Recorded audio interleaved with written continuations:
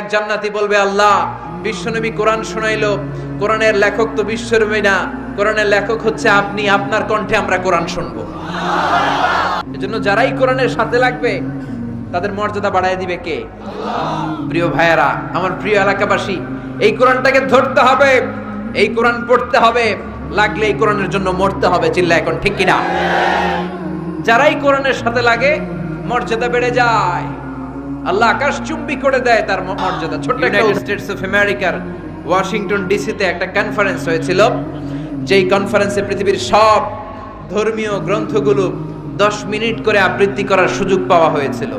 পৃথিবীর যত ধর্মগ্রন্থ, সব ধর্মগ্রন্থের শায়েকরা, রিসাইটার যারা, আবৃত্তিকারক যারা, তারা গিয়েছিল সবার জন্য 10 মিনিটস করে সময়, in order to see which book is the most excellent book ever in the world. পৃথিবীর কোন ধর্মগ্রন্থের বইয়ের তেলাওয়াতটা সুন্দর। সেখানে গিয়েছে হিন্দুদের বেদ, রামায়ণ, শ্রীমদ ভাগবত গীতা, ত্রিপিটক, দীঘা নিকায়া, গ্রন্থ সাহেব। চীনের একটা প্রাচীন ধর্ম আছে কনফুসিয়াস, এই কনফুসিয়াসের প্রাচীন পাণ্ডুলিপি নিয়ে যাওয়া হয়েছে। ইরানের তারা যারা থুষ্ট মতবাদে বিশ্বাসী, আগুন দেখলে অনির্বাণ শিখার কাছে যে এরকম নমস্তে নমস্তে গায়, তাদের অনির্বাণ শিখার পাণ্ডুলিপি গিয়েছে, আমাদের কোরআনও গিয়েছে। বিশাল বড় কনফারেন্স রুমে সব ধর্মের যাজকরা, পণ্ডিতরা, নানকরা, পুরোহিতরা, ধর্মের ফাদাররা, শায়েকরা বসেছে, আর বিচারক চেয়ারে বসা।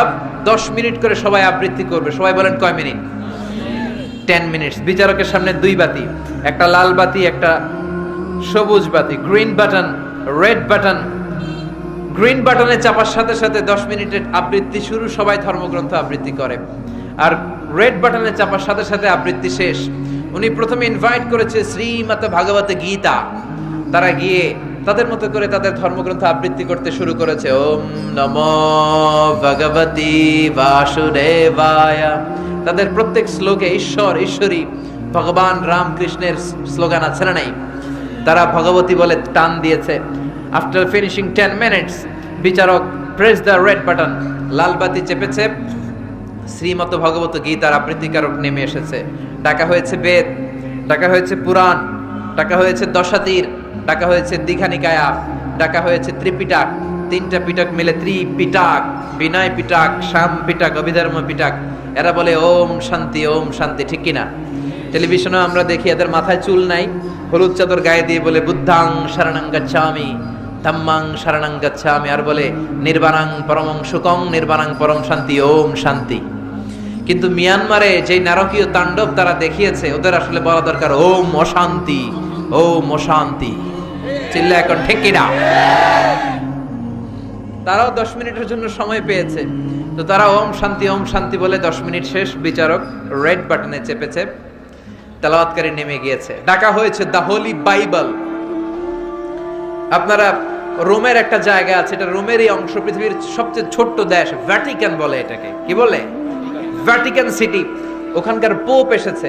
মাথার এই পাশে কিছুদিন আগে বাংলাদেশে একটা পোপ আসছিল না, মাথার এই দিকে ছোট্ট একটা টুপি পরে, উনিও জেসাস ক্রাইস্টের প্রশংসা করতে শুরু করলো। Help us Jesus the son of God, ও গডের ছেলে যিশু খ্রিস্ট, আমাদেরকে বাঁচাও, করতে শুরু করলো। 10 মিনিট শেষ, বিচারক রেড বাটন চেপেছে, নেমে গিয়েছে। সব ধর্মগ্রন্থের আবৃত্তিকারকরা, কারি সাহেবেরা 10 মিনিট পড়েছে। সর্বশেষে কোরআনকে ডাকা হয়েছে, আর কোরআন পড়ার জন্য এসেছে মিশরের সবচেয়ে বড় কারি আব্দুল বাসেদ ইবনে আব্দুস সামাদ। আপনারা অনেকে আপনাদের মোবাইলের মধ্যে তার তেলাওয়াত রাখেন।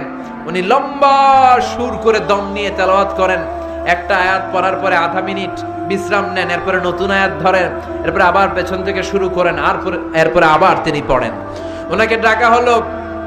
নাও the representative of Muslim community Abdul Basit ibn Abdus Samad come from Egypt will recite the holy book Quran for 10 minutes. এখন মুসলিম বিশ্বের প্রতিনিধি Abdul Basit ibn Abdus Samad কোরআন পড়বে 10 মিনিট। মিশরি শায়েকরা ক্লিন শেপ দেয়, ওনারা দাড়ি রাখে না। আমাদের অনেক ধরনের শায়েক ছিল, আল খাল্লা পড়া, বিশাল বড় দাড়ি, এরকম শায়েকদের কাছে আমরা তাফসির পড়তাম। আবার অনেকে ক্লিন শেপ দিত, কিন্তু হাফেজ হাদিস, 1 লক্ষ হাদিস তার কলিজায় আছে। মিশরি অনেক শায়েকরা দাড়ি রাখে না, ক্লিন শেপ নিয়ে, গায়ে একটা এরকম চাদর পরে, ছোট্ট কোরআনের কপি নিয়ে মাইকের সামনে দাঁড়িয়েছে। উনি পড়েছে আউযু বিল্লাহি মিনাশ শাইতানির রাজিম, বিসমিল্লাহির রহমানির রহিম বলে সূরা ফাতিহা পড়া শুরু করেছে। বলেন তো সবার জন্য সময় ছিল কয় মিনিট? উনি সূরা ফাতিহাতেই লাগিয়েছে 13 মিনিট। শ্রীমত ভগবত গীতাওয়ালারা হাততালি দেয়, সময় শেষ, কোরআন গেছে। কিন্তু কি আজীব তামাশা, বিচারক তো লালবাতি চাপে না। বিচারকের লালবাতি চাপানোটাকে ভুলিয়ে দিয়েছে কে? কেউ যেটা পারে না সেটা পারে কে? কেউ যেটা দেখে না দেখে কে?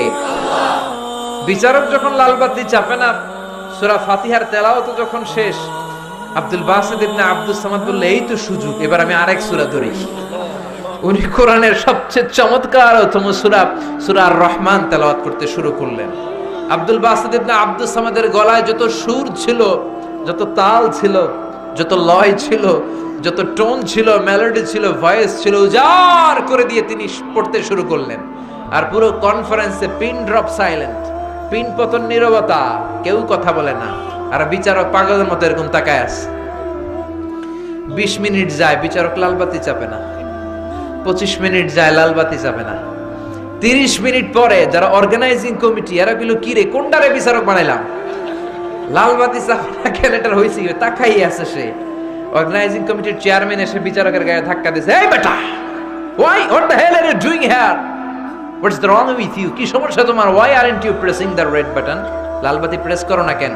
ও ভূত দেখার মতো এমনি চমকে উঠছে, কি হ্যাঁ, লালবাতি, নীলবাতি, কোন বাতি? অবাক অবাক করা কাণ্ড। লালবাতি, নীলবাতি, কোন বাতি? কোন বাতি? তেলাওয়াত শুনতে শুনতে পাগল, ওইদিকে তেলাওয়াত কিন্তু চলতেছে। লালবাতি, নীলবাতি, কোন বাতি কইতে কইতে আবার যখন আব্দুল সামাদ, আব্দুল বাসিত ইবনে আব্দুস সামাদের তেলাওয়াতের দিকে তাকায়, আবার বেহুশ, হুশ নাই। আবার ধাক্কা দিলে কয় লালবাতি, নীলবাতি। আধা ঘন্টা পরে অনারেবল জাজ সে দাঁড়িয়ে বলতেছে, ও আব্দুল বাসিত ইবনে Abdus Samad, there is no time limits for you, recite as much as you wish. ও আব্দুল বাসিত, আজকের কম্পিটিশনে তোর জন্য কোনো নির্ধারিত সময় নাই, তোর যত মনে চায় তুই পড়ে যা। 40 মিনিট সময় লাগিয়ে আল্লাহর এই কোরআনের সবচেয়ে চমৎকার সূরা সূরাতুর আর রহমান, যে কিয়ামতের দিন আল্লাহ দাউদ আলাইহিস সালামকে ডাকবে, দাউদ তোমার জাবুর কিতাব থেকে তেলাওয়াত করো, উনি তেলাওয়াত করবেন। এরপর বিশ্বনবীকে ডাকা হবে, মুহাম্মদ সাল্লাল্লাহু আলাইহি ওয়াসাল্লাম তুমি তোমার কোরআন থেকে তেলাওয়াত করো, বিশ্বনবী ইয়াসিন তেলাওয়াত করবেন। আল্লাহ প্রোগ্রাম শেষ করে দিতে চাইবেন, এক জান্নাতি বলবে, আল্লাহ বিশ্বনবী কোরআন শোনাইলো, কোরআনের লেখক তো বিশ্বনবী না, কোরআনের লেখক হচ্ছে আপনি, আপনার কণ্ঠে আমরা কোরআন শুনবো। সেই কনফারেন্স রুমে হাজারো কোটি জান্নাতীদের সামনে এই আর রহমান আল্লাহ তেলাওয়াত করবেন। আব্দুল বাসিত ইবনে আব্দুস সামাদ 40 মিনিট লাগিয়ে সূরাতুর আর রহমান তেলাওয়াত করে শোনালেন। বিচারক ভুলে গেল বাতি চাপতে, কিন্তু যেহেতু আন্তর্জাতিক কম্পিটিশনে বিচারকের বিরুদ্ধে 3টা মামলা হয়েছে, যেহেতু আন্তর্জাতিক বিচার, আন্তর্জাতিক আদালত সুইজারল্যান্ডের কোথায়, দি হেগে মামলা, হ্যান্ডকাফ পরিয়ে নেওয়া হলো। মাননীয় আদালত বলতেছে, why made you partiality between the books? You have given to Srimad Bhagavad Gita 10 minutes. Why have you given extra 30 minutes for Quran? শ্রীমদ ভগবতের 10 মিনিট, বেদের 10 মিনিট, বাইবেলের 10 মিনিট, অতিরিক্ত 30 মিনিট কোরআন কে দিয়ে লাগে? তুমি তো বিচারক, এটা তো করা ঠিক হয় নাই। বিচারক বলে, মাননীয় আদালত, I have a humble question to you. আমার একটা প্রশ্ন আছে, আগে ওইটার উত্তর আমারে দেন। মাননীয় আদালত তো টাসকি খেয়ে গেছে, কি রে আমারে প্রশ্ন করে কেন? সে বলে, যখন আমি, আপনারাই তো আমাকে বিচারক বানিয়েছেন, যখন আমি শ্রীমত ভগবত গীতাকে ডাকি, আমার হুঁশ আছে, আমি আমার সাথে আছি, আমার নার্ভাস সিস্টেম ঠিক আছে, আমি ঘড়ি ধরে আছি, 9 মিনিট শেষ, 9 মিনিট 59 সেকেন্ড, 60 সেকেন্ড পেছে আমি চেপে দিয়েছি। বাইবেল আসছে 10 মিনিট শেষ, চেপে দিয়েছি। আমার হুঁশ আছে, আমার হিতাহিত জ্ঞান আছে। কিন্তু ওই যে মিশরের আব্দুল বাসিত ইবনে আব্দুস সামাদ, জুব্বা একটা পরে মাইকের সামনে এসে কি বলেছে, একটা টান দিল, ওই টান দেওয়ার সাথে সাথেই আমার হুঁশ নাই, আমার হিতাহিত জ্ঞান নাই, আমার সময়ের কোনো হিসাব নাই, আমার নার্ভাস সিস্টেম ফল ডাউন করেছে। আমি আকাশের উপরে আছি না বাতাসের উপরে আছি না সাগরের উপরে আছি না আদৌ বাইসা আছি কি মরে গেছি, আমি ওইটাই জানি না। যখন একজন মানুষ মেডিকেলি ফিট নয়, যখন তার নার্ভাস সিস্টেম কাজ করে না, তখন একজন মানুষ, how come I press the red button? মাননীয় আদালত আপনি বলেন, তাহলে কেমন করে আমি লাল বাতি চাপবো? সুবহানাল্লাহ পড়বেন না? একজন মানুষ আনফিট হলে তার কোনো মেডিকেলি আনফিট হলে তার কোনো বিচার হয় না, এটা আপনারা জানেন? একজন যদি পাগল হয়, কাউরে মাইরা ফেললেও বিচার নাই। সব মিলে এই বিচারকের কোনো বিচারই হয় নাই, কারণ কোরআনের পক্ষে কাজ করছে, এই জন্য ওরে বাঁচায় দিয়েছে কে? ওই খ্রিস্টান বেটা যদি কোরআনের পক্ষে থাকার কারণে আল্লাহ ওরে বাঁচায় দেয়, আমরা কোরআনের পক্ষে থাকার দরকার আছে না নাই? কোরআনের জন্য জান জীবন বাজি রাখার দরকার আছে না নাই?